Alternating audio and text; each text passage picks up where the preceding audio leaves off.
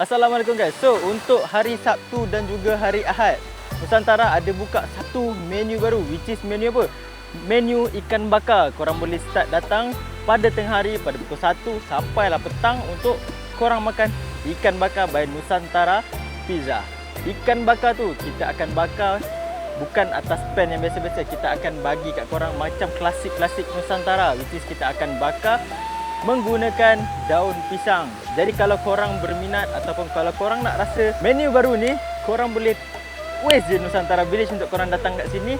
InsyaAllah harga yang berbalut, harga yang berpatutan untuk korang dapatkan ikan bakar ni dekat Nusantara.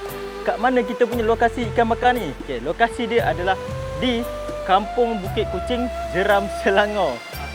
Tu Nusantara Pizza. Jadi korang jangan lepaskan peluang. Sebelum korang berbuka puasa, sebelum korang berpuasa, datang dulu makan ikan bakar dengan family korang. InsyaAllah ada untuk korang.